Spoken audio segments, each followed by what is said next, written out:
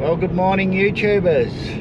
Gonna do here, getting out at last. It's been a while.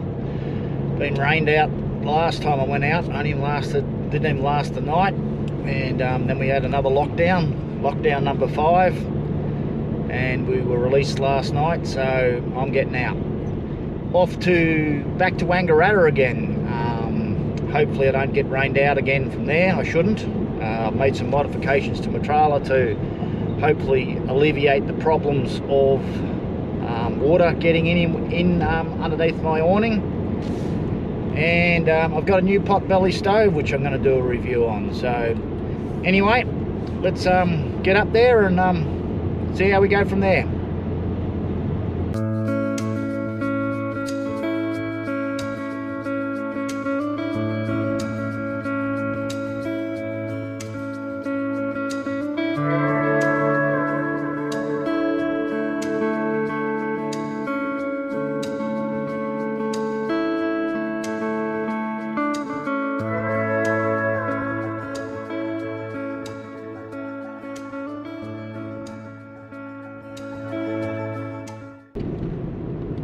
Okay, I'm arriving at where I camped at before, so let's see if we can get in here.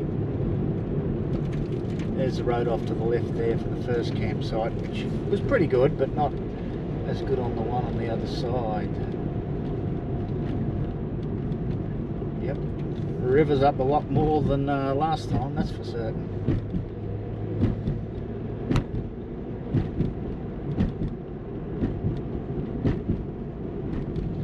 Okay, there we go.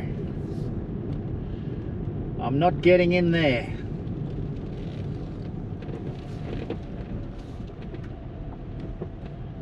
I suspected that. Road is closed.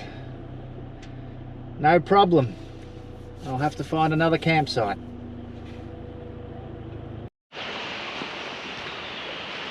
Okay, well, this was the site that I was hoping to get into. I'm going to have to find another one, because I think if I come in here in my little car I'm going to get stuck, and the water is pretty high. So I found another one about half an hour away, so I'll go over there and have a look at it, because it'll be just awful here. That river is a long way up.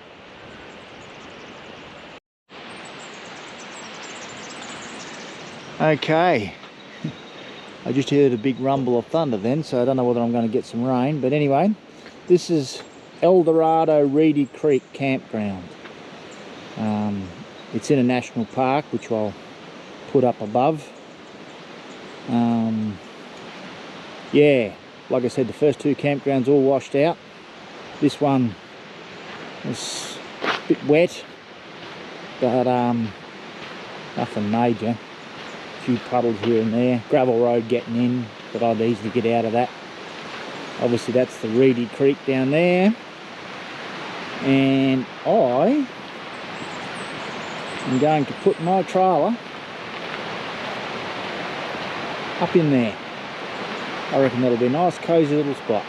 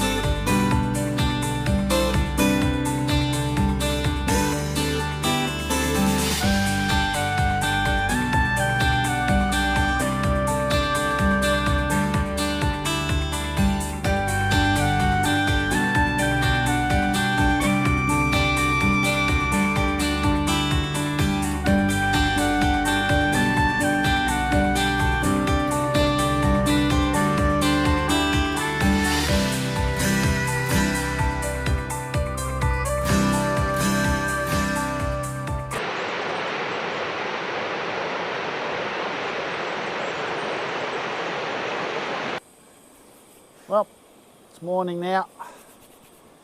Pretty cool, but the sun's busting over the top of the mountain there now. Got my gas heater going down here, providing a bit of warmth. So this morning I'm actually found there's a big dredge here at Eldorado, so I'm going to have a quick run over to it and have a look, and then I'm going to do a bit of mountain biking this afternoon. So anyway, I'm going to cook myself some breakfast. Got my cuppa going. So anyway, get breakfast done and we'll have a look at this dredge.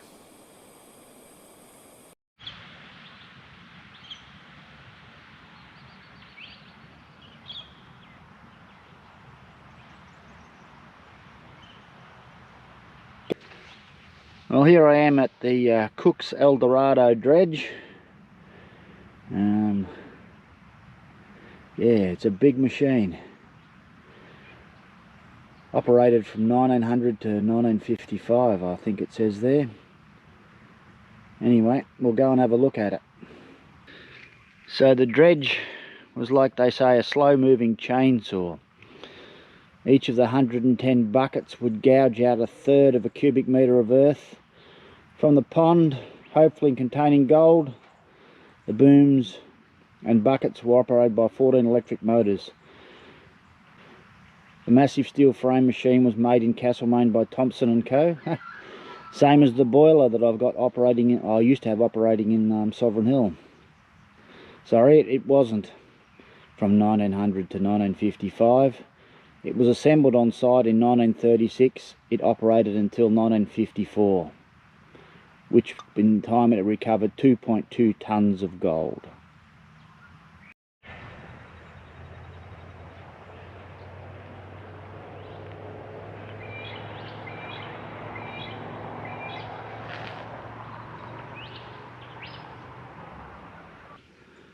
Okay, there's the line of buckets there.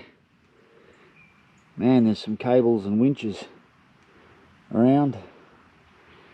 Yeah, they go up along there, into there. Hopefully we can walk through that. Man, some morons come in here with their spray paint. Boy, they're a bunch of idiots. Oh, look at that. I'm not even going to video that. Bunch of idiots.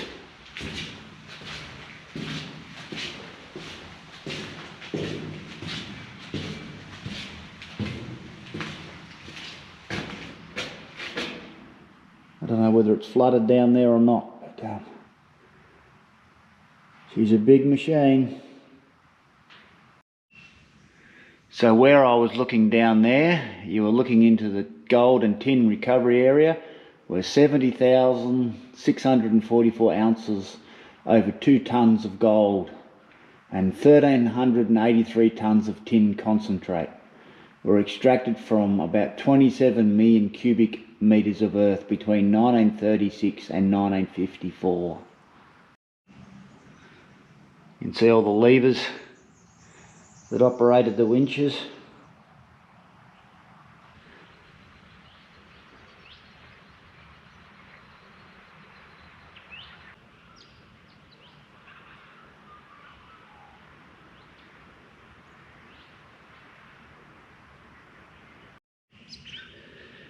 Okay, and here's the a couple of the buckets.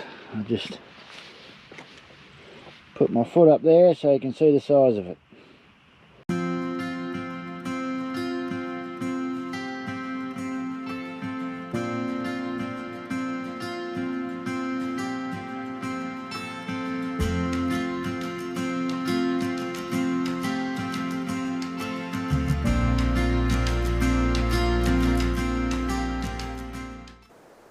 Okay, well I went over to Beechworth and had a nice ride. Didn't do any footage of it because it's, you know, not a great track, but good enough for a warm-up. I'll have to ride very conservative tomorrow if I go out because I forgot my charger for my e-bike, so that's going to be interesting. Anyway, I'm working on getting my fire going, but it's not very good quality wood, so I'm having to use the air compressor quite a bit to blow it and try and keep it going, but we'll get there in the end. And I'll go for a walk later on, because when I went to Beechworth, the GPS told me to go that way, and yeah, I didn't get very far, and I'll show you why. Yeah, so this is why I didn't go the way the GPS told me to go when I went riding at Beechworth. It's only 200 mil deep at the start there, but I don't know what it's like in the middle. I just saw a four-wheel drive go through then, and he went through quite quickly, but I got a little Hyundai, and I don't know how I'd go. And if I stop in the middle, I'm really stuck, and it might actually go higher than the actual door frames. So I wasn't going to risk it, and who knows how many, there's 20 odd kilometres to get to Beechworth. I might have to go across the river again, so it was better to take the safe option and 6-minute longer trip going on the highway. Okay, there used to be a bridge across here at Kangaroo Crossing, as it's called, but it burnt down during a bushfire. And there was a place called the Kangaroo Inn, 1856. Stood here offering refreshments for the miners working along the creek. So I've seen a couple other signs further back along the road, and I'm going to have a stop and have a look at them tomorrow too. A market garden was established around the early 1900s. There you go. Used to be a lot of settlements around here.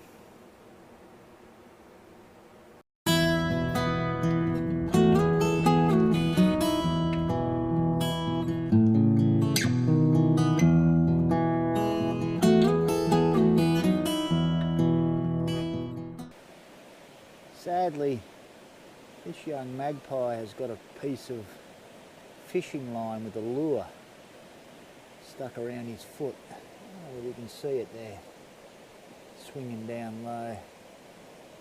I've tried a couple times to get him. I'm not that far from him, but I'd love to be able to catch him and take it off. Tried chucking my coat over him a couple times, but he's just far too quick for me. So it's a really sad fact that wildlife get like this, but I don't think there's much I can do about it.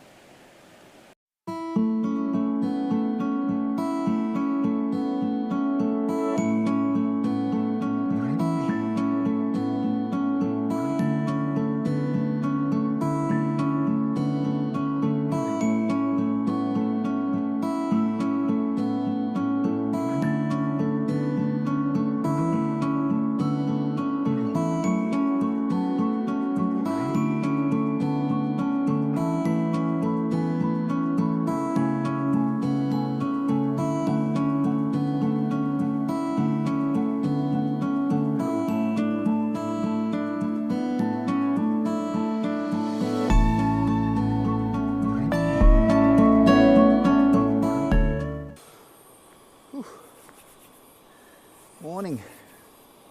It's a bit chilly here in the valley I'm camped in, but sun's going to come up over the top of that ridge soon and brighten things up.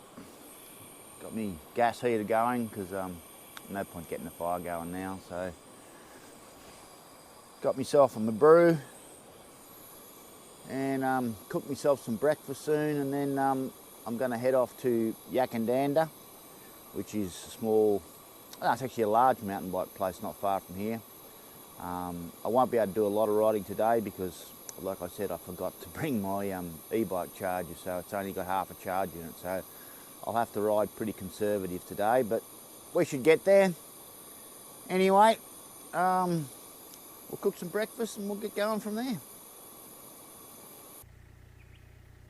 Okay, I'm driving across to Yackandandah now to have my ride, and I noticed these signs on the road with bits of information.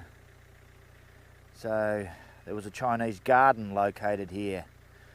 The Chinese were here for the diggings in 1860, 1870, after the initial gold rush of 1853. The They used the knowledge of movement of water via water races over long distances to water their gardens. Water was channeled via races for 1.5 miles from the water source. The gardens were important assets to the mining communities, supplying over 6,000 miners numerous hotels and restaurants with fresh vegetables. And here's another one.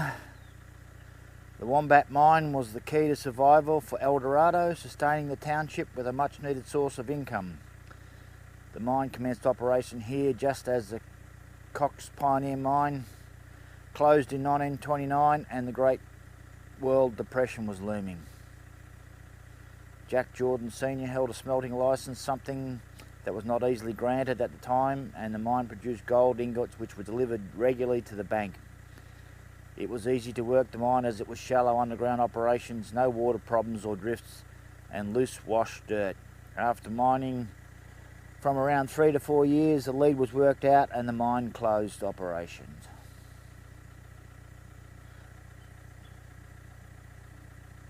Across Reedy Creek towards Kangaroo Hill was the mining township of Napoleon Flat.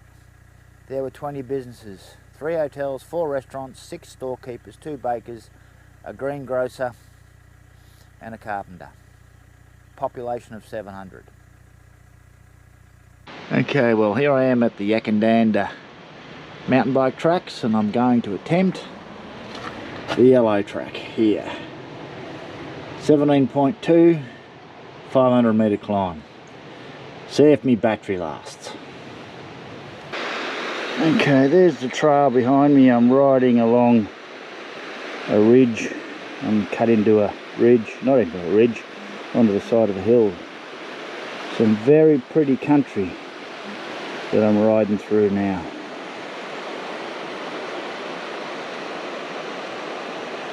And there's the track where I'm heading. Well, it's late afternoon now. I'm back from my ride at Yackandandah. It was all right. It's a good cross-country track, but yeah, what it is. I'd ride there again.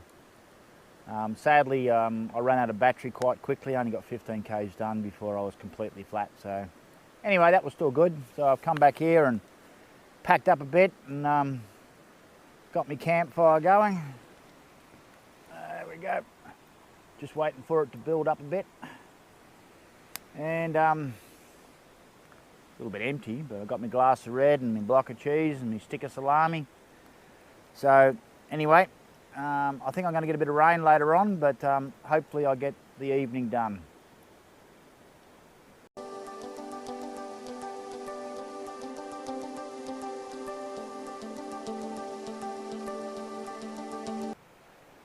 Okay, well, final morning and I've had my breakfast and my cuppa, packed up slowly. That's the campsite there I had. Just done a walk around, made sure I've left nothing behind. So yeah, I totally recommend this campsite with that lovely creek going through there. Reedy Creek as it is. So anyway, I'm going to head off now and start heading home. And I noticed there's another historic sign just before Eldorado I'm going to have a look at, so I'll talk to you then.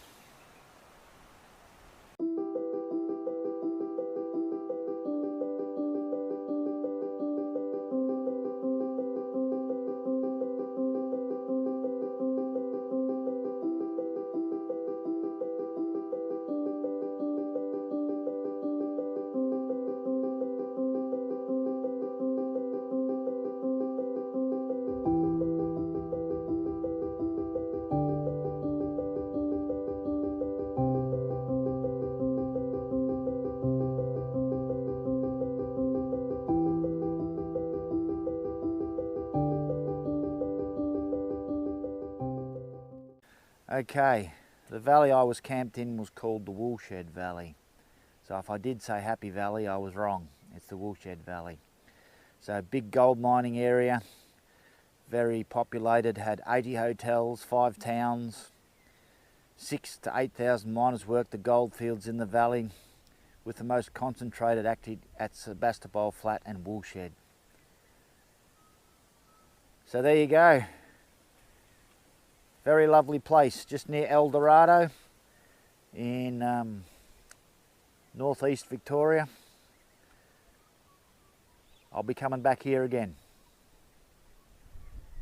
Okay, well, I'm in Heathcote now. I just had a nice cuppa, probably about 2/3 of the way home, so I'll jump back in the car now and drive the rest. That's all for this video.